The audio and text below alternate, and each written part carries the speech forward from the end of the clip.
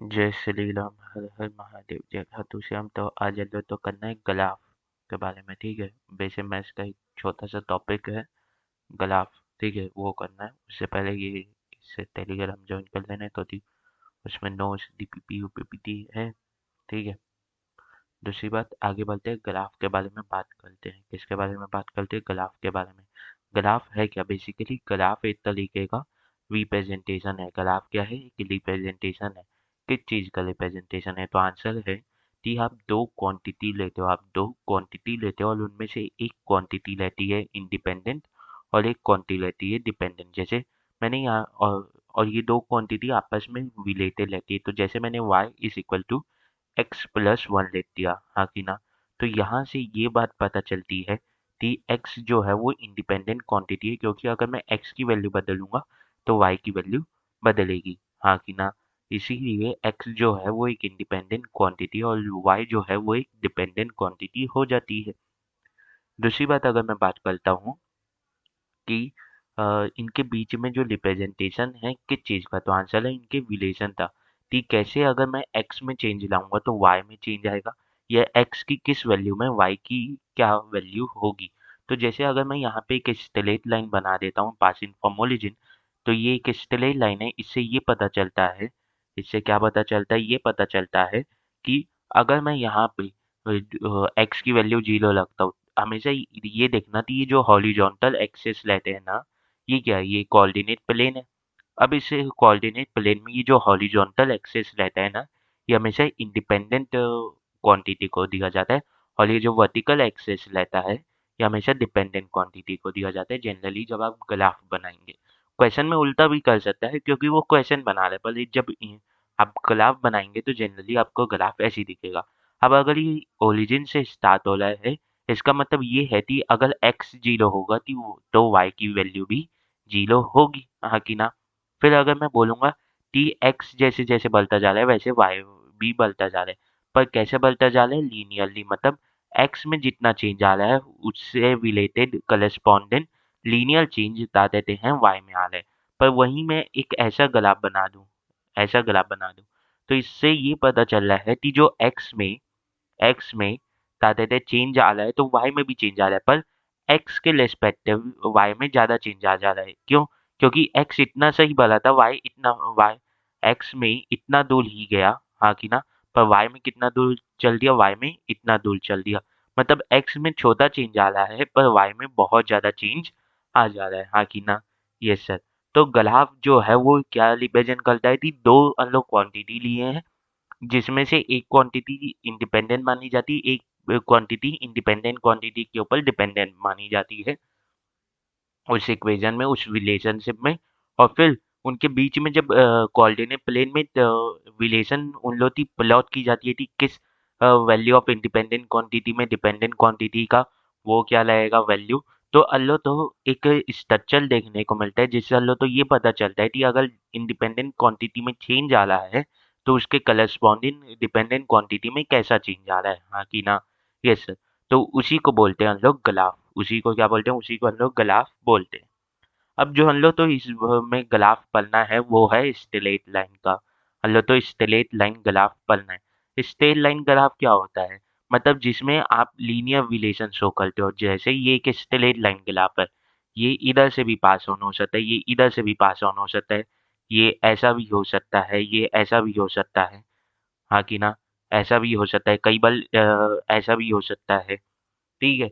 तो ये होता है स्ट्रेट लाइन ग्राफ, मतलब जिसमें जो आपकी जो लाइन बन रही है ये क्या है? Straight line. ये क्या है? स्ट्रेट लाइन, हाँ कि ना। Yes sir. ये होता है स्ट्रेट लाइन ग्राफ। अब जो स्ट्रेट लाइन ग्राफ है ना, उसकी एक स्टैंडर्ड इक्वेशन होती है। उसकी जो इक्वेशन रहती है वो इस फॉर्मेट में रहती है, y is equal to m x plus c, हाँ कि ना। Yes sir. ये एक स्टैंडर्ड इक्वेशन होती है, ये एक स्टैंडर्ड इक्वेशन होती है स्ट्रेट लाइन ग्राफ की। स्ट्रेट लाइन ग्राफ की ये एक स्टैंडर्ड इक्वेशन होती है। इसमें होता क्या बेसिकली समझो। इसमें जो ये y है ये तो आपका डिपेंडेंट क्वांटिटी है, x जो है वो आपका इंडिपेंडेंट क्वांटिटी है। पर ये जो c है ये क्या है? ये है y इंटरसेप्ट। इसे क्या बोलते हैं? y intercept. y इंटरसेप्ट मतलब बेसिकली समझो, वाई इंटरसेप्ट मतलब बेसिकली समझो, ये मान लो एक ग्राफ मैंने ले लिया, इस वाले को इग्नोर कर दो, इस वाले तो मैं इरेज कर देता हूँ, ठीक है। ठीक है, तो देखो, अगर मैं यहाँ पे x की वैल्यू 0 रख दूंगा, अगर मैं यहाँ पे x की वैल्यू 0 रख दूंगा, अगर x की वैल्यू मैं यहाँ पे 0 रख देता हूँ, तो y की वैल्यू क्या आ जाएगी, y की वैल्यू आ जाएगी c। कैसे c आएगी, कैसे c आएगी, क्योंकि m इंटू 0 0 हो जाएगा, प्लस c तो c आ जाएगा।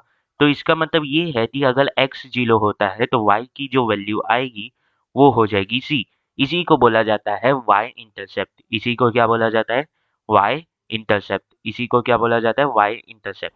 फिर ये एम क्या है, एम होती है स्लोप, एम होती है स्लोप, टी स्लोप मतलब झुकाव। जैसे मैंने एक गला बनाया इतना बनाया और एक गला बनाया इतना बनाया, तो किस में ज्यादा झुकाव है, इसमें ज्यादा झुकाव है, हाँ कि ना, किस में ज्यादा झुकाव है, किस में ज्यादा झुकाव है, स्लोप किसका ज्यादा है, स्लोप किसका ज्यादा है, इसका ज्यादा है या इसका, तो आंसर है इसका ज्यादा है, हाँ कि ना, हाँ कि ना, यस सर। ठीक है, तो ये होता है स्लोप, हाँ कि ना, यस सर, समझ में आया, ये होता है स्लोप। ठीक है, अब स्लोप कैसे मेजर करेंगे, तो स्लोप बेसिकली देखो, मान लेते हैं मैंने यहाँ पे वो बना लिया थी, मैंने यहाँ पे ये ग्राफ लिया और इसमें मैंने दो वो बनाए, बता देते हैं स्लोप बनाने पहला ये जो है ये थीटा 1 है, पहला जो है ये थीटा 1 है, और इसका जो एंगल है एक्स एक्सिस से ये थीटा 2 है। तो जिसका स्लोप ज्यादा होगा, कैसे पहचाने, अगर दो तीन ग्राफ दिए हुए, तो बेसिकली देखो जिसकी एक्स एक्सिस से दूरी ज्यादा रहेगी, जिसकी एक्स एक्सिस से दूरी ज्यादा रहेगी उसकी स्लोप ज्यादा रहेगी, सिंपल सी बात है। जिसकी भी एक्स एक्सिस से दूरी ज्यादा रहेगी उसकी स्लोप ज्यादा रहेगी, बस इतनी सिंपल सी बात है, हाँ कि ना। तो यहाँ पे देखो, तो ये जो 1 वाला है इसकी दूरी ज्यादा है एक्स एक्सिस से, तो इसकी स्लोप ज्यादा है। अब जब स्लोप को मेजर करने की बात आएगी तो यहाँ पे ट्रिग्नोमेट्रिक रेशियो लगाया जाएगा। क्यों ट्रिग्नोमेट्रिक रेशियो लगाया जाएगा, क्योंकि ये स्लोप बता क्या रहा है, ये बेसिकली y और x के बीच का रिलेशन बता रहा है, ये y और x के बीच का रिलेशन बता रहा है। तो जब मैं स्लोप निकालने जाऊंगा तो वो भी y और x के टर्म में आनी चाहिए, और ये एक एंगल दे रहा है, लो तो एक एंगल भी पता चल रहा है।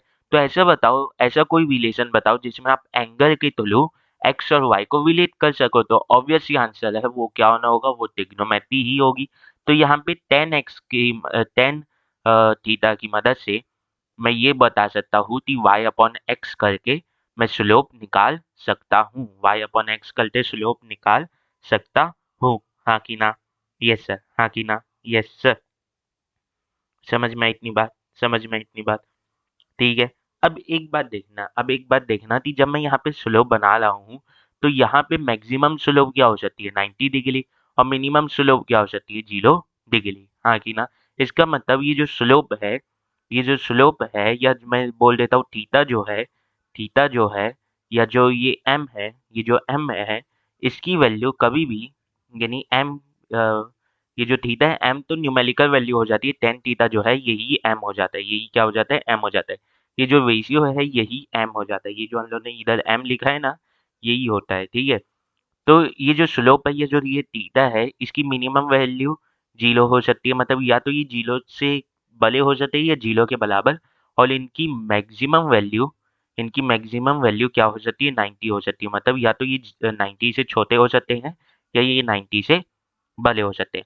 अब अगर इनकी वैल्यू बता देते हैं 90 डिग्री हो जाती है, मतलब 1090 कितना होगा, 1090 होता है इन्फिनिटी, तो वहां पे अगर 90 डिग्री का मैं स्लोप लेता हूँ तो m की वैल्यू क्या हो जाएगी, इन्फिनिटी हो जाएगी, m की वैल्यू क्या हो जाएगी, इन्फिनिटी हो जाएगी, कब, जब थीटा कितना होगा, 90 डिग्री, जब थीटा कितना होगा, 90 डिग्री, हाँ की ना, यस सर। और m की वैल्यू, अगर मैं थीटा 0 ले लूँ तो m की वैल्यू कितनी हो जाएगी, m की वैल्यू भी 0 हो जाएगी, m की वैल्यू भी 0 हो जाएगी, मतलब अगर मैं थीटा को कितना ले लूँ, 0 डिग्री ले लूँ, तो मेरी जो m की वैल्यू है वो भी 0 हो जाएगी, m की जो वैल्यू है वो भी 0 हो जाएगी, हाँ कि ना। इसका मतलब ये है कि जो मैक्सिमम स्लोप है, जो थीटा जो है वो मैक्सिमम 90 डिग्री हो सकता है और मिनिमम 0 डिग्री हो सकता है। तो स्लोप की भी वैल्यू, स्लोप जो m है उसकी वैल्यू, स्लोप की अगर मैं न्यूमेरिकल वैल्यू की बात करूँ तो स्लोप की न्यूमेरिकल वैल्यू या तो इन्फिनिटी हो सकती है मैक्सिमम, और मिनिमम क्या हो सकती है, 0 हो सकती है। ना 0 से कम होगी, माइनस तो होगी नहीं, -1 ऐसे करते कोई भी स्लोप एग्जिस्ट नहीं करेगा, हाँ कि ना? Yes sir. ठीक है, अब आते हैं कि हम लोग जब स्लोप मेजर करते हैं, ये ग्राफ बनाते हैं, तो हम लोग कोऑर्डिनेट ज्योमेट्री का यूज़ करते हैं। किसका यूज़ करते हैं? कोऑर्डिनेट ज्योमेट्री का यूज़ करते हैं। किसका यूज़ करते हैं? कोऑर्डिनेट ज्योमेट्री का यूज़ करते हैं। या आप ये बोल लो कि कोऑर्डिनेट ज्योमेट्री मैथ्स की वो ब्रांच है जो ग्राफ से डील करती है। तो जब भी आप कोऑर्डिनेट ज्योमेट्री का यूज़ करेंगे, तो इसमें आपको क्वाड्रेंट्स देखने तो मिलेंगे। तो यहाँ पे आपको 4 क्वाड्रेंट देखने तो मिल रहे हैं। ये पहला क्वाड्रेंट है, ये सेकंड क्वाड्रेंट है, ये थर्ड क्वाड्रेंट है, हाँ कि ना? और ये है फोर्थ क्वाड्रेंट। ये क्या है? ये है फोर्थ क्वाड्रेंट।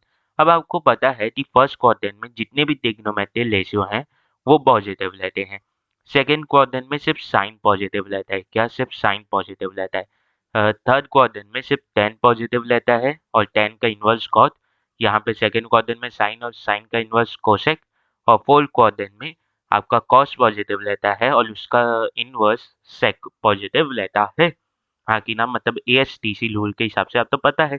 तो अगर मैं तो अगर मैं फर्स्ट क्वाड्रेंट में निकालूँ, फर्स्ट क्वाड्रेंट में अगर मैं स्लोप की वैल्यू निकालता हूँ, तो इसका मतलब ये हो जाता है कि फर्स्ट क्वाड्रेंट में अगर स्लोप आ रहा है, तो वहाँ पे जो बता देते हैं, वहाँ पे क्या होगा कि स्लोप की वैल्यू पॉजिटिव आएगी। क्यों? m की वैल्यू फर्स्ट क्वाड्रेंट में पॉजिटिव क्यों आएगी?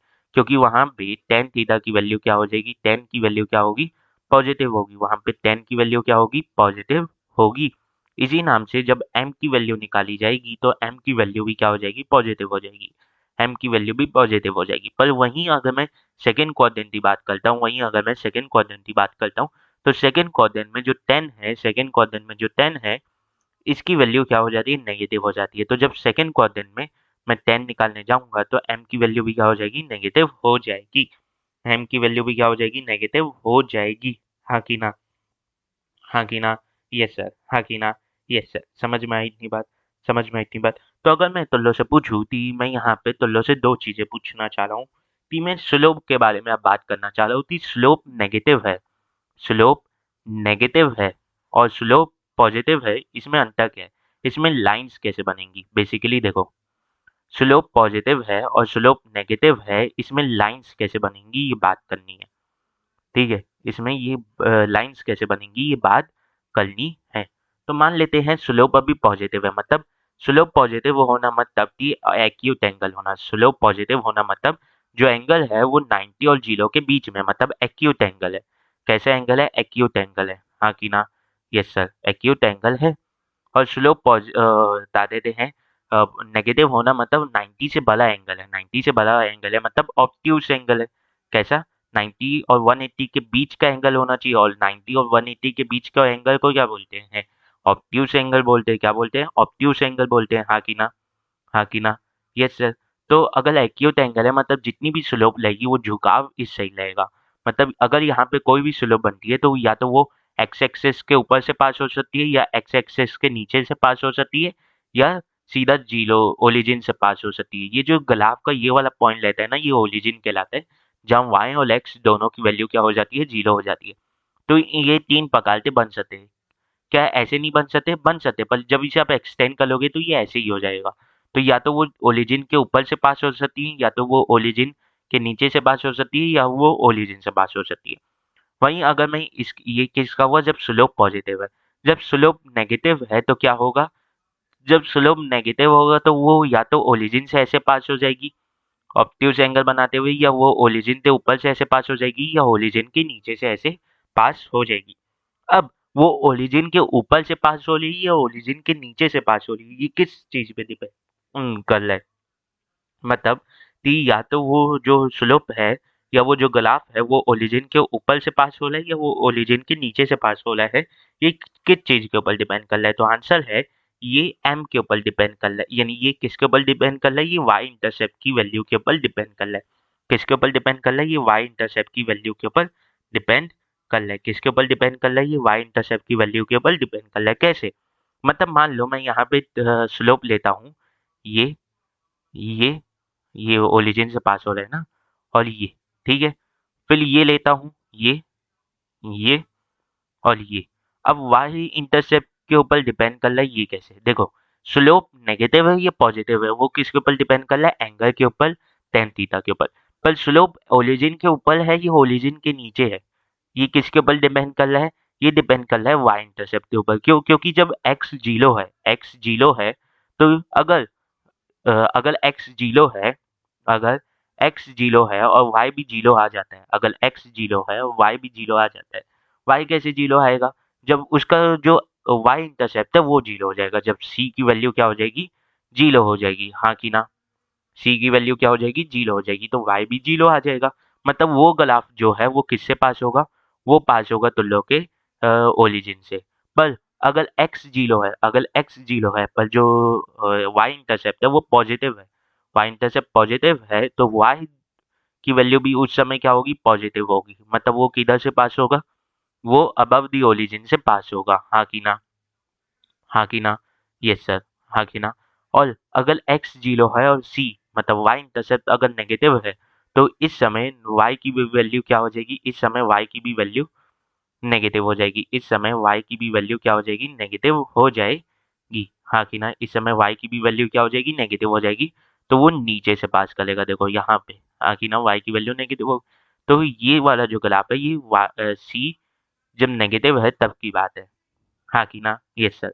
वहीं अगर इसमें भी बात कर लूँ, इसमें अगर बात करता हूँ, तो इसमें देखेंगे तो अगर यहाँ पे x जीरो है, अगर यहाँ पे x जीरो है और y भी जीरो हो जाता है, y कब जीरो होगा, जब c भी जीरो होगा, y कब जीरो होगा, जब c भी जीरो होगा, तो ओरिजिन से पास होगा। और अगर x जीरो है, c पॉजिटिव है, तो y किससे पास होगा, y दादे ऊपर से पास होगा, मतलब y की वैल्यू वहाँ पे पॉजिटिव हो जाएगी। और ज़्यादा देर अगर सी नेगेटिव है तो वाई की वैल्यू भी नेगेटिव हो जाएगी, तो दी एक्स की वैल्यू अल्लो जीरो मान लें। ऐसा क्यों? क्योंकि अल्लो ने एम से ही पॉजिटिव है या नेगेटिव है वो डिसाइड कर लिया थी, स्लोप का जो एंगल है वो किधर से लेगा, या तो वो राइट साइड झुका हुआ लाएगा, वो लेफ्ट साइड झुका हुआ लाएगा, ये अल्लो तो एम से पता चल गया। पर वो ओरिजिन के ऊपर से पास होगा या ओरिजिन के नीचे से, ये अल्लो तो पता चलता है इंटरसेप्ट से, किससे, वाई इंटरसेप्ट से अल्लो तो पता चलता है। किससे पता चलता है, वाई इंटरसेप्ट। तो अगर यहाँ पे x इक्वल टू जीरो होता है और जो y इंटरसेप्ट है अगर वो भी जीरो हो जाता है, y इंटरसेप्ट भी यहाँ पे अगर जीरो हो जाता है, तो यहाँ पे जो y है वो भी क्या हो जाएगा, जीरो हो जाएगा। मतलब यहाँ पे इस वाले की बात की जा रही है, इस वाले की बात की जा रही है। अगर x जीरो है पर y इंटरसेप्ट क्या है, नॉन जीरो है, y इंटरसेप्ट नॉन जीरो है पर पॉजिटिव है, तो यहाँ पे y भी कैसा हो जाएगा, y भी पॉजिटिव हो जाएगा, y भी पॉजिटिव हो जाएगा, मतलब इस वाले की बात की जा रही है। और अगर c नेगेटिव हो गया, c जो है यानी y इंटरसेप्ट अगर नेगेटिव हो गया, तो y भी क्या हो जाएगा, y भी नेगेटिव हो जाएगा, y भी कैसा हो जाएगा, y भी नेगेटिव हो जाएगा, मतलब इस वाले की बात की जा रही है, इस वाले की बात की जा रही है, हाँ कि ना, यस सर। अब इन लोग तो है ना एक साथ लाते हैं, इन लोग तो क्या करते हैं, एक साथ लाते हैं। अभी हम लोग क्या करेंगे, अभी हम लोग क्या करेंगे कि y is equal to m x plus c है ना, y is equal to m x plus c है ना। अब इसमें एक साथ स्लोप की वैल्यू, स्लोप को पॉजिटिव लेंगे, नेगेटिव लेंगे, और सी को भी पॉजिटिव और नेगेटिव लिया जाएगा, ठीक है। और देखेंगे कैसा चेंज आता है। चलो, अब अगर मैं बता देते हैं, पहला ये इक्वेशन बनाता हूँ, पहला मैं ऐसा लेता हूँ, ये पहला होगा, ये दूसरा होगा, ये तीसरा होगा, ये तीसरा होगा, ये चौथा होगा, ठीक है, ये फिफ्थ होगा यानी पांचवा, ये छठा होगा, ठीक है, ये सातवां, आठ, सात नहीं लगेंगे मेरे हिसाब से, ठीक है। अगर वैसे वाई पॉजिटिव, एम पॉजिटिव, सी, ठीक है, छह ही लगेंगे, ठीक है। तो यहाँ पे अगर मैं y is equal to m को क्या लिया हूँ, एम को अभी पॉजिटिव लिया हूँ, एम को यहाँ पे क्या लिया हूँ, पॉजिटिव लिया हूँ, तो यहाँ पे प्लस एम लिख दे रहा हूँ, ठीक है। एम को यहाँ पे मैं क्या लिया हूँ, पॉजिटिव लिया हूँ, एक्स, और यहाँ पे सी को भी क्या लिया हूँ, पॉजिटिव लिया हूँ, तो प्लस सी ही आएगा, ठीक है। तो यहाँ पे ग्राफ कैसा बनेगा, यहाँ पे ग्राफ बनेगा, देखो यहाँ पे सी पॉजिटिव है, जीरो नहीं है, यहाँ पे सी पॉजिटिव है, जीरो नहीं है, और एम भी जो है यानी स्लोप भी है वो पॉजिटिव है, स्लोप भी पॉजिटिव है, मतलब राइट साइड झुका हुआ रहेगा, और सी भी पॉजिटिव है, मतलब वाई इंटरसेप्ट पॉजिटिव है, मतलब जीरो के या ओरिजिन के ऊपर से पास करेगा, मतलब ग्राफ ये कुछ ऐसा बनेगा, हाँ कि ना? Yes sir. वहीं वहीं अगर मैं वहीं अगर मैं y लूँ, y is equal to plus m e लूँ, प्लस एम ई लिया हूँ अभी, ठीक है, प्लस एम ई लिया हूँ, और x पर यहाँ पे c को जीरो ले लूँ, यहाँ पे c को जीरो ले लूँ, तो एक बार देखो, जो m है वो पॉजिटिव है, मतलब स्लोप पॉजिटिव है, लाइट से जुड़ा हुआ है, y इंटरसेप्ट जीरो है, मतलब ओरिजिन से पास करेगा, तो ये ग्राफ कैसे बनेगा, ऐसा बनेगा, हाँ कि ना? ये ओरिजिन से पास करता हुआ ग्राफ बनेगा, हाँ कि ना? हाँ कि ना? Yes sir. अब अब अगर मैं वो जो y है, अब अगर मैं y को बता देते हैं, y को लूँ, यानी स्लोप तो पॉजिटिव है, m तो पॉजिटिव लिया हूँ, ठीक है, पर m पॉजिटिव लिया हूँ, पर जो आपका c है वो नेगेटिव ले लिया हूँ, तो यहाँ पे क्या हो जाएगा, प्लस माइनस तो माइनस हो जाता है, तो माइनस सी हो जाएगा, हाँ कि ना? हाँ कि ना? मतलब यहाँ नीचे से पास करेगा, तो m पॉजिटिव है, इसका मतलब लाइट साइड झुका हुआ रहेगा, और c नेगेटिव है, मतलब नीचे से पास करेगा, तो स्लोप कुछ ऐसा बनेगा, हाँ कि ना? Yes sir. अब ये हो गया जब m पॉजिटिव था। अब जब m नेगेटिव रहेगा तो कैसे केसेस बनेंगे? यहाँ पे पहले m को नेगेटिव लेते हैं, m को क्या लेते हैं? नेगेटिव लेते हैं, और c को क्या ले लेते हैं? पॉजिटिव ले लेते हैं, तो यहाँ पे प्लस c ही आएगा। तो एक बार देखो, m नेगेटिव है, प्लस c है, मतलब m नेगेटिव मतलब लेफ्ट हैंड साइड झुका हुआ, और बता देते हैं c पॉजिटिव मतलब ओरिजिन के ऊपर से पास होता हुआ, मतलब कुछ ऐसा ग्राफ बनेगा, हाँ कि ना? Yes sir. वहीं अगर मैं बात करता हूँ कि यहाँ पे अब स्लोप को जीरो ले लेंगे, m तो नेगेटिव है, m तो नेगेटिव है, हाँ कि ना? m क्या है? नेगेटिव है, ठीक है, m क्या है? नेगेटिव है, पर जो यहाँ पे स्लोप है वो यहाँ पे जीरो ले लेते हैं, वो यहाँ पे क्या ले लेते हैं? जीरो ले लेते हैं, तो जीरो मतलब ओरिजिन से पास करेगा, और m नेगेटिव होना मतलब लेफ्ट हैंड साइड झुका हुआ रहेगा, लेफ्ट हैंड साइड झुका हुआ रहेगा, तो कुछ ऐसा रहेगा, हाँ कि ना? Yes sir. वहीं अगर मैं बात करता हूँ कि y is equal to minus m x, हाँ कि ना? और स्लोप को क्या ले लेता हूँ? नेगेटिव ले लेता हूँ, तो माइनस ही मतलब नीचे से पास करेगा, माइनस ही मतलब नीचे से पास करेगा, हाँ कि ना? Yes sir. तो ये ऐसा बनेगा, हाँ कि ना? तो ये 6 केसेस इसमें बनते हैं, और ये 6 केसेस की हम लोगों ने बात कर ली है, हाँ कि ना? Yes sir. अब अब आता है कि इसके एप्लीकेशन क्या है, यानी कि थोड़ा सा समझ ही लेते हैं इसके फिजिक्स में एप्लीकेशन क्या है। तो हम लोग ने बता देते हैं, क्लास 9 में भी एक इक्वेशन पढ़ा होगा कि v is equal to u plus a t, हाँ कि ना? ये लॉज ऑफ या इक्वेशन ऑफ मोशन के अंदर पढ़ते हैं। तो अगर इधर देखोगे, तो अगर मैं यहाँ पे v लग दूँ और यहाँ पे t लग दूँ, तो कहीं ना कहीं ये कैसा दिख रहा है? ये दिख रहा है y is equal to c plus m x, या एम एक्स प्लस सी को मैं सी प्लस एम एक्स भी लिख सकता हूँ, ऐसा ही तो दिख रहा है। तो यहाँ पे ये जब भी ग्राफ बनेगा ये कैसा आएगा? स्ट्रेट लाइन आएगा, ठीक है। दूसरी बात अगर मैं बात करता हूँ कि दूसरा क्या हो सकता है? दूसरा हो सकता है जैसे मैं s is equal to half u t square देखते हैं, s is equal to u t plus half a t square देखते हैं, s is equal to u t plus half a t square देखते हैं। तो इसमें जब इसमें अगर आप देखेंगे, इसमें अगर आप देखेंगे, देखना, क्या इसमें एस और टी के बीच में आपको क्या दिखेगा? वो दिखेगा क्या स्ट्रेट लाइन? आंसर है नहीं। यहाँ पे स्ट्रेट लाइन क्या आप एस और टी के बना पाएंगे? बिल्कुल भी नहीं, बिल्कुल भी नहीं। वहीं अगर मैं बात करूँ, t v square is equal to u square plus two s, u square plus two s, क्या यहाँ पे आप स्ट्रेट लाइन बना पाएंगे वी और एस या वी और ए के बीच में? आंसर है बिल्कुल भी नहीं, आंसर है बिल्कुल भी नहीं बना पाएंगे, हाँ कि ना? वी और एस के बीच में स्ट्रेट लाइन नहीं बना पाएंगे, सिंपल सी बात है। तो एप्लीकेशन आपको ऐसा देखने को मिल जाएगा। अब इसी में एक क्वेश्चन पूछ दूं मैं कि आपकी जो ये बता देते हैं बॉडी जो है वो इसी से रिलेटेड, अगर मैं यहाँ पे आपको इक्वेशन दे दूं, यहीं पे मैं आपको क्या दे दूं? इक्वेशन दे दूं कि जो आपकी जो बॉडी है वो मूव करना स्टार्ट होती है, यू यहाँ पे आपको मैं दे देता हूँ 20 मीटर पर सेकेंड, हाँ कि ना? और बोलता हूँ कि इसके ऊपर क्या लग रहा है? एक्सीलरेशन लग रहा है, कांस्टेंट एक्सीलरेशन लग रहा है।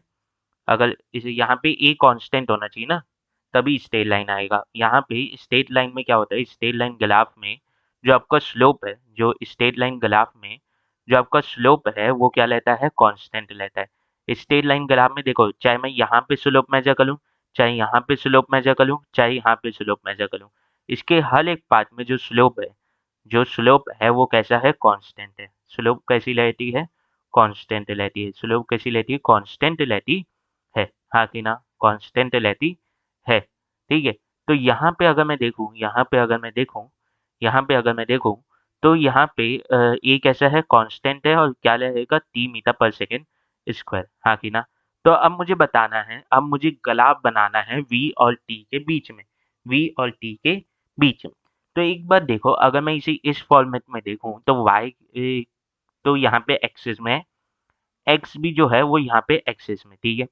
c जो है यहाँ पे बोल दिया है कि 20 मीटर पर सेकेंड है, मतलब ऊपर है, और ये कांस्टेंट है, मतलब लीनियर ग्राफ है। तो कैसा बनेगा ये, ऐसा बनेगा। कैसा बनेगा ये, ऐसा बनेगा। अगर मैं इसे पीछे भी एक्सटेंड कर लूँ तो ये ऐसा बन जाएगा एकदम, ठीक है, एकदम ऐसा बन जाएगा, ठीक है। तो इस तरीके से इसके एप्लीकेशन किए जाते हैं, इस तरीके से इसके एप्लीकेशन किए जाते हैं।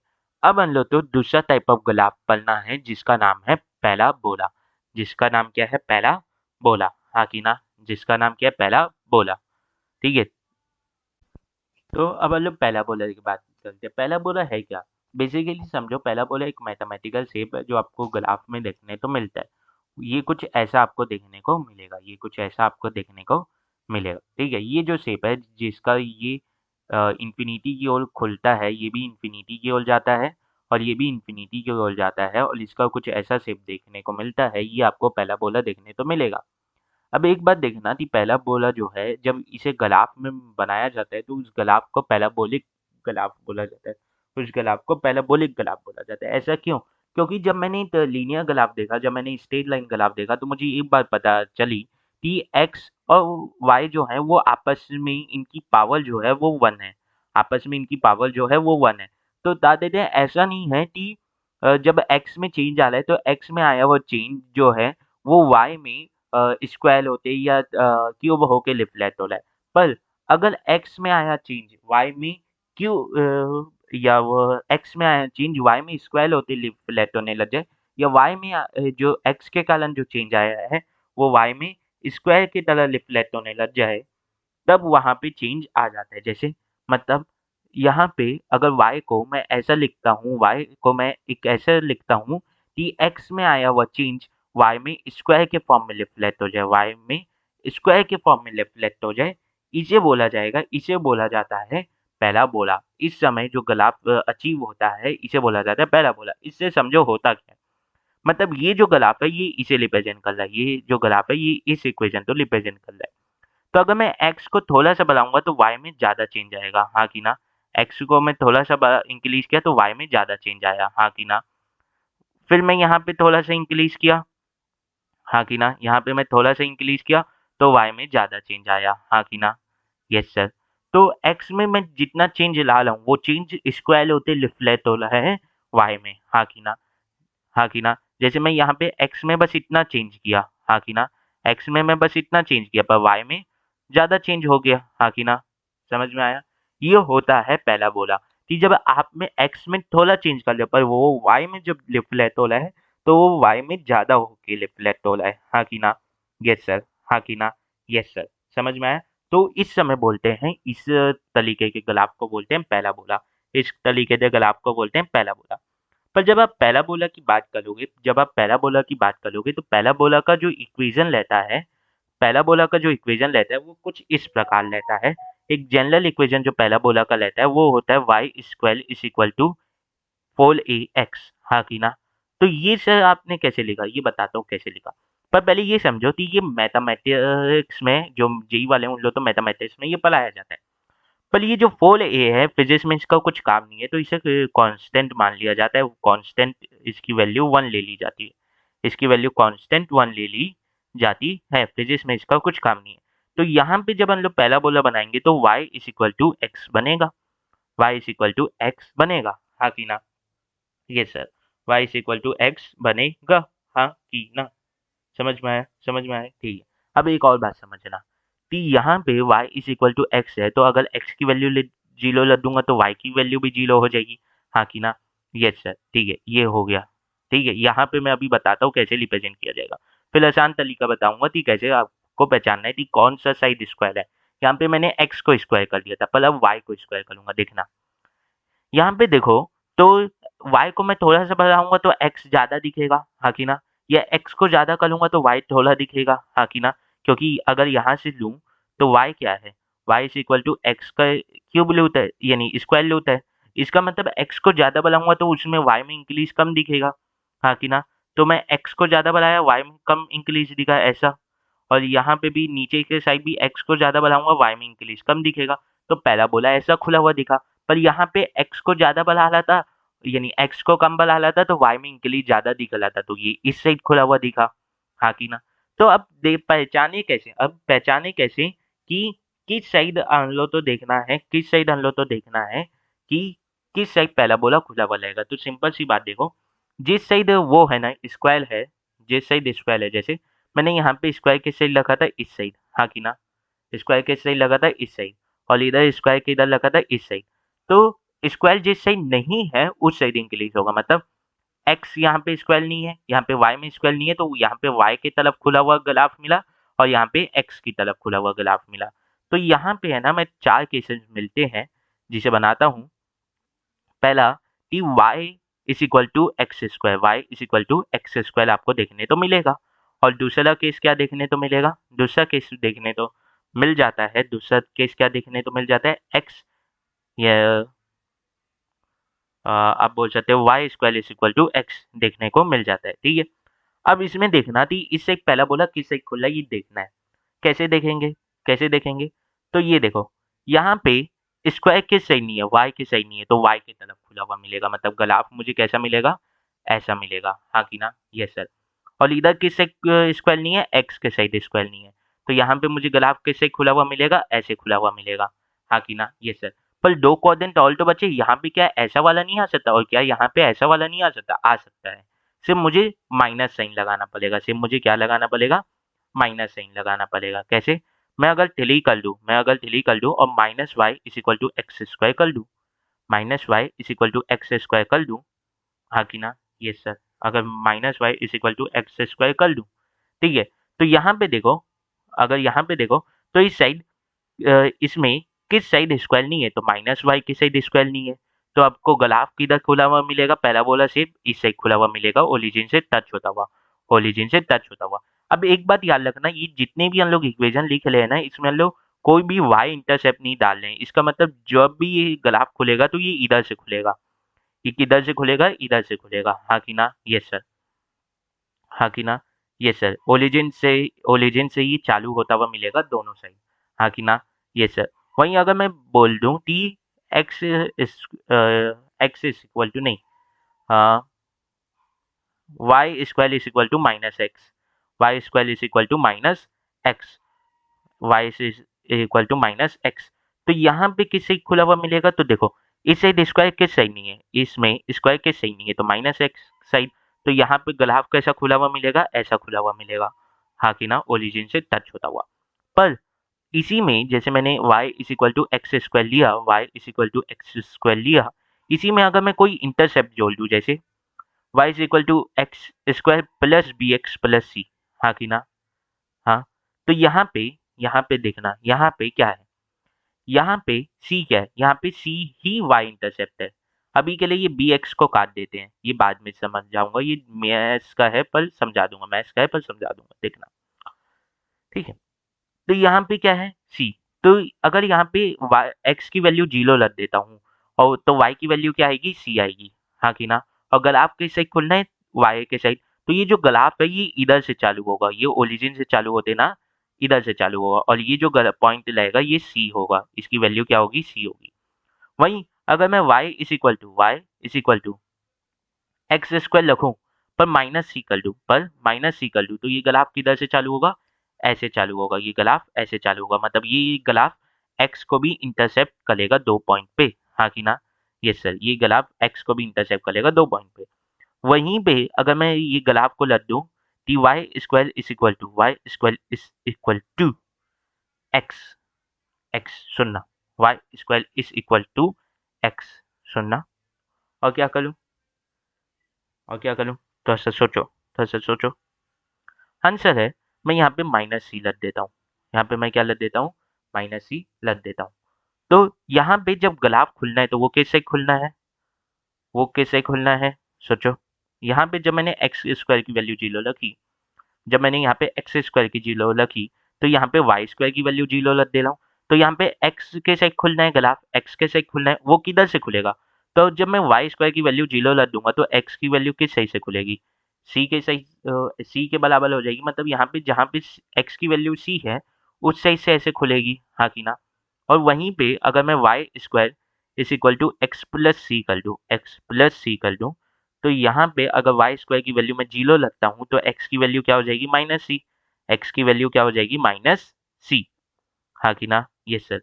तो यहाँ पे क्या होगा? यहाँ पे आपको इधर माइनस सी से है ना, इधर माइनस सी जो है ना, इससे खुलता हुआ दिखेगा, इससे खुलता हुआ दिखेगा, हाँ कि ना? यस सर, हाँ कि ना? Yes sir. वहीं अगर मैं वाई स्क्वायर हो गया, ठीक है, इतनी बात हो गई। ये दो जगह बात करनी थी। वही इस साइड भी हो जाएगा, जब इस साइड खुलना होगा तो या तो ऐसे खुल जाए या इधर से खुल जाए, और इधर भी खोलना होगा तो या तो ओरिजिन से खुल जाए, अगर वाई इंटरसेप्ट नहीं, अगर वाई इंटरसेप्ट है तो इधर से खुल जाए। पर एक बात याद रखो, जब मैं ऐसे खोल रहा हूँ, जब मैं ऐसे खोल रहा हूँ, इधर ऐसे भी जा सकता है, ये भी ऐसा जा सकता है और ये भी ऐसा जा सकता है, ठीक है। पर यहाँ पे जब मैंने दो इक्वेशन बनाई, जब मैंने यहाँ पे दो इक्वेशन बनाई, तो यहाँ पे देखो, यहाँ पे मुझे एक चीज देखने तो मिली, तो यहाँ पे ये x को इंटरसेप्ट कर रहा है, ये क्या कर रहा है? x को इंटरसेप्ट कर रहा है। तो ये वैसे पढ़ना तो नहीं है मैथ्स में, पर इसकी वैल्यू कैसे निकाल सकते हो? यहाँ पे है ना y की वैल्यू 0 रख दो, यहाँ पे y की वैल्यू 0 रख दो, ठीक है, यहाँ पे y की वैल्यू 0 रख दो।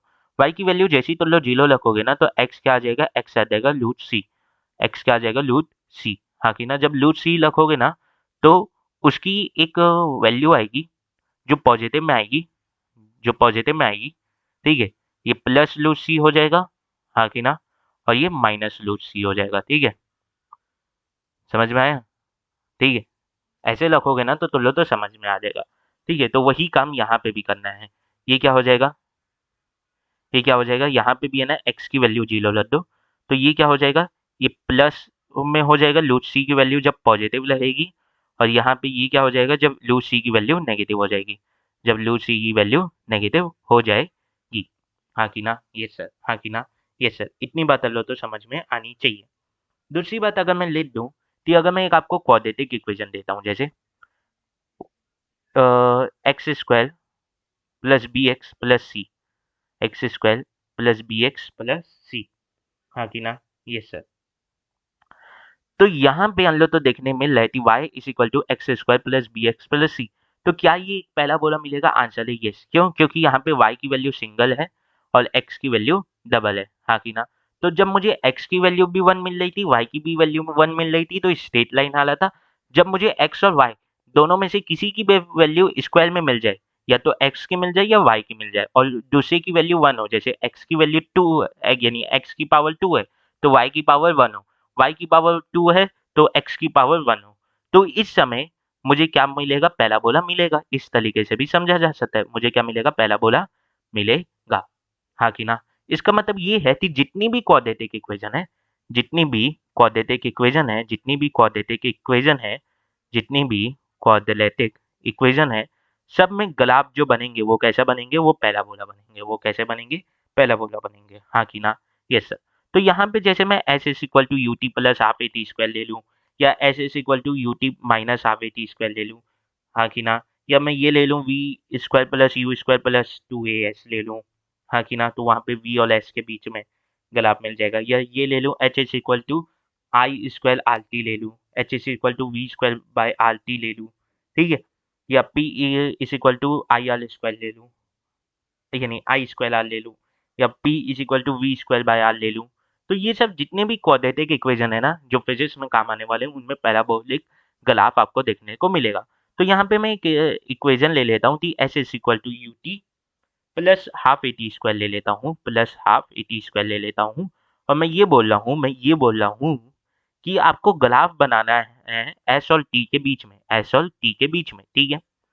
एस और टी के बीच में ग्राफ बनाना है। अब एक बात देखना, यहाँ पे जब भी मैंने ग्राफ बनाया है, यहाँ जब भी मैंने ग्राफ बनाया है, तो मैंने y लिया है और x लिया है, ना कि एक्स स्क्वायर। y लिया है और x लिया है, ठीक है। हमेशा ग्राफ y और x के बीच में मैंने बनाया है, ठीक है, ना कि एक्स स्क्वायर ना ही वाई स्क्वायर के, ठीक है। अब अगर मैं आपको बोलूँ, अगर मैं आपको बोलता हूँ कि आपकी जो इनिशियल वेलोसिटी है वो क्या है, वो जीरो है। इनिशियल वेलोसिटी आपकी जीरो है, ठीक है, इनिशियल वेलोसिटी आपकी जीरो है। दूसरा मैं आपको बोल देता हूँ कि आपकी एक्सीलरेशन जो है वो 3 मीटर पर सेकेंड है। एक्सीलरेशन जो है वो आपकी 3 मीटर पर सेकेंड है। तो आप कैसे बताओगे?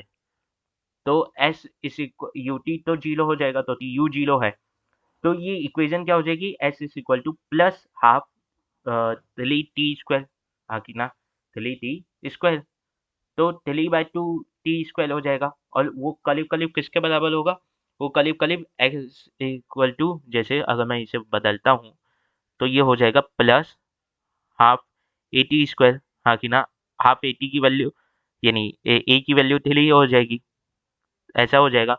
तो कहीं न कहीं ये आपको इस तरीके का नहीं दिख रहा, कहीं न कहीं ये आपको y इज़ इक्वल टू के एक्स स्क्वायर नहीं दिख रहा। यस सर, मान लो तो दिख रहा है के एक्स स्क्वायर। तो क्या देखो, क्या इसे मैं जब यहाँ पे लिख रहा हूँ, जब मैं यहाँ पे लिख रहा हूँ, तो क्या मैं इसे ऐसा भी नहीं लिख सकता y इज़ इक्वल टू के एक्स स्क्वायर? क्या फ़र्क पड़ेगा? कोई फ़र्क नहीं पड़ेगा, कोई एक कांस्टेंट जोड़ दिया, हाँ कि ना? Yes sir. तो यहाँ पे कैसा ग्राफ देखने तो मिलेगा? इधर भी मुझे ग्राफ देखने तो मिलेगा, इधर मुझे ग्राफ देखने तो मिलेगा। क्या ग्राफ देखने तो मिलेगा, पर वो ग्राफ किससे खुलेगा, y के साइड, और y में कौन है, y में कौन है, s, y में कौन है, s। तो यहाँ पे कैसा ग्राफ मुझे देखने तो मिलेगा, ऐसा। यहाँ पे मुझे कैसा ग्राफ देखने तो मिलेगा, ऐसा। पर जब जनरली हम लोग उसमें करते हैं ना तारे दिन, जब हम लोग जनरली फिजिक्स में देखेंगे ना, तो ये ग्राफ कुछ ऐसा आधा मिलेगा, ये ग्राफ जो है ना, ये आपको ऐसा आधा मिलेगा, ठीक है। तो आपको पहचानना लगेगा उस समय पहला बोला, ये आधा ऐसा पहला बोला आपको देखने को मिलेगा, हाँ कि ना। ये आधा जो पहला बोला है ना, अब तो देखने तो मिलेगा, ठीक है, ये आधा पहला बोला आपको ऐसे देखने को मिलेगा, ठीक है। तो ये पहला बोला ही रहेगा, सिर्फ आपने आधा जो साइड है वो छुपा दिया, आपने आधा जो साइड है वो छुपा दिया है, ठीक है, आपने आधा जो साइड है वो छुपा दिया, बस इतनी सी बात है, कोई और बात नहीं है, बस आपने जो आधा साइड है ना वो छुपा दिया, इतनी सी बात हो रही है बस, ठीक है। समझ में आई, समझ में आई इतनी बात, समझ में आई इतनी बात, ये सर इतनी बात हमें ना समझ में आती है, ठीक है।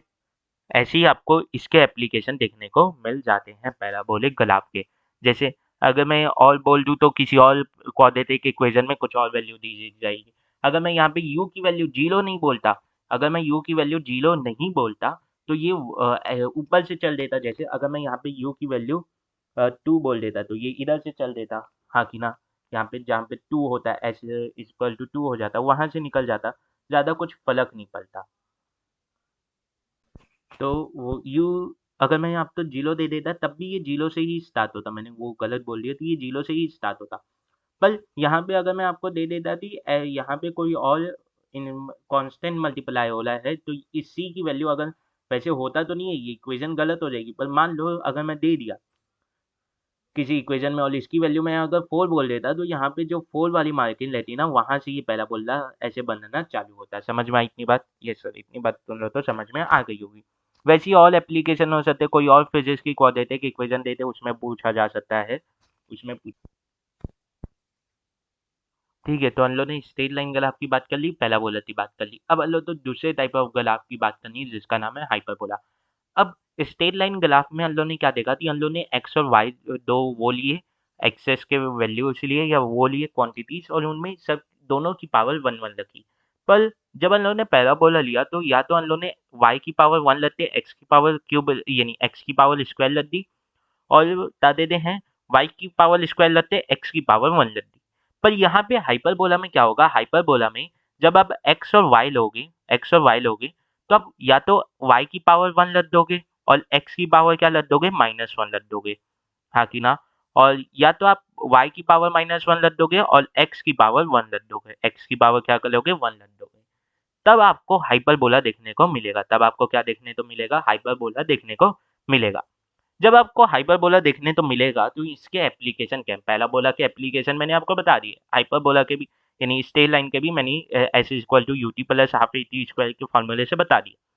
अब ये जितने भी इक्वेशन मैंने स्ट्रेट लाइन में बताए या तो उसमें बताए, बता देते जो भी एग्जांपल से मैंने वैल्यू लेके सॉल्व करके बताया स्ट्रेट लाइन में और बता देते पैराबोला में कि हम लोगों ने क्लास 9 में पढ़ चुका था।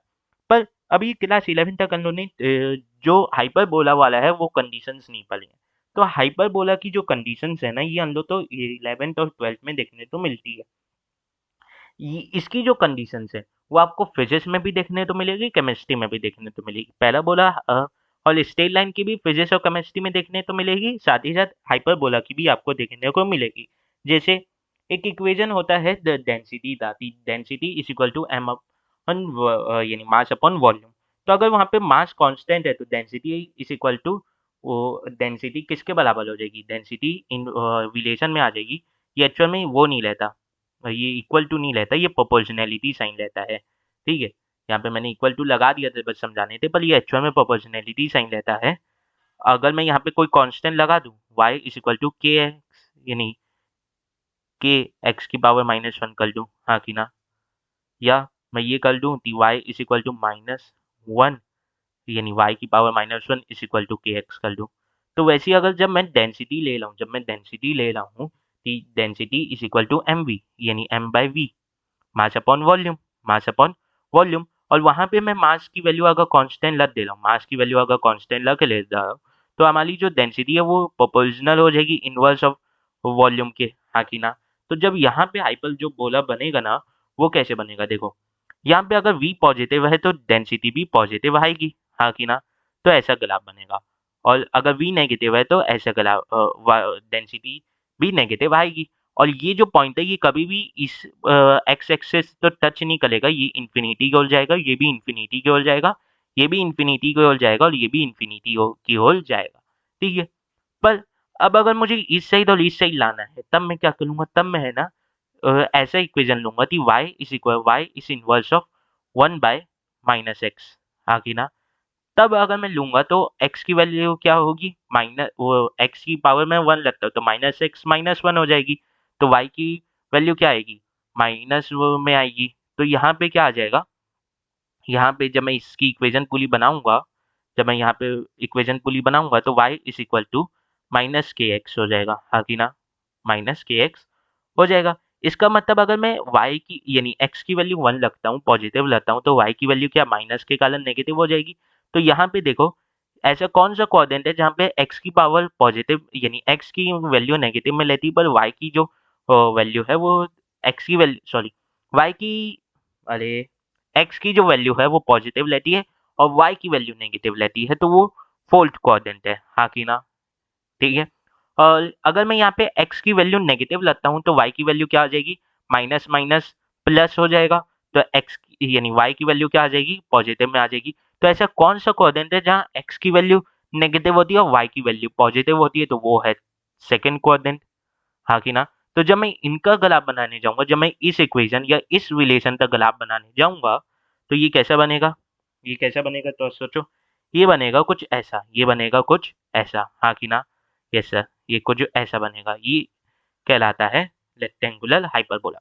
एक्चुअल में ये शेप पूरे तरीके से हाइपरबोला नहीं है, इसे रेक्टेंगुलर हाइपरबोला बोलते हैं। हाइपरबोला अलग अलग तरीके के हो सकते हैं, पर इस तरीके से जो लेते हैं इन्हें रेक्टेंगुलर हाइपरबोला बोला जाता है। इन्हें क्या बोला जाता है, रेक्टेंगुलर हाइपरबोला बोला जाता है, हाँ कि ना। यस सर, हाँ कि ना, यस सर।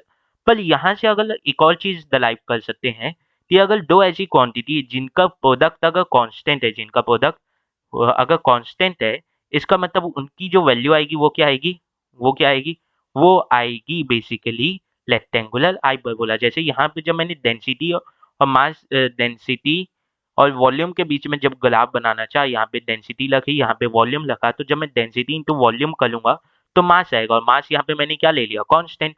तो डेंसिटी और वॉल्यूम का जो प्रोडक्ट आया कांस्टेंट आया। तो अगर दो क्वांटिटीज का जो प्रोडक्ट है, अगर दो क्वांटिटीज के जो प्रोडक्ट है मतलब मल्टीप्लाई जब आप उन्हें करेंगे, जब आप उन्हें मल्टीप्लाई करेंगे तभी तो उनका प्रोडक्ट नहीं मिलेगा। तो अगर जब उनका प्रोडक्ट मिलता है और अगर प्रोडक्ट कांस्टेंट है, अगर प्रोडक्ट कांस्टेंट है, तो उनका जो ग्राफ है, तो उनका जो ग्राफ है, उनका जो ग्राफ है वो कैसा रहेगा, हाइपरबोला रहेगा। वो उनका जो ग्राफ है वो कैसा रहेगा, वो हाइपरबोला रहेगा। वो कैसा रहेगा, वो हाइपरबोला रहेगा, हाँ कि ना, हाँ कि ना। Yes sir. एक और चीज देखने तो मिलती है, लो तो एक और चीज समझना तो जब मैं हाइपरबोला बना रहा हूँ, तो ये जो रेक्टेंगुलर हाइपरबोला है ना, ये ऐसा बनता है, हाँ कि ना? ऐसा भी बन सकता है। तो जब मैं यहाँ पे 1 से 1.5 जाऊँगा, ये नहीं, रुक जाओ, इससे ही लेता हूँ। अगर मैं 0.5 से 1 जाऊँगा, तो मेरी वैल्यू कितनी बनी? 0.5 बनी, यहाँ पे 1 से 2 बढ़ जाएगी, हाँ कि ना? हाँ कि ना? Yes sir. 1 से 2 हो जाएगी। मतलब जब एक क्वांटिटी की वैल्यू डिक्रीज़ कर ली है, दूसरे की वैल्यू इंक्रीज़ कर ली है।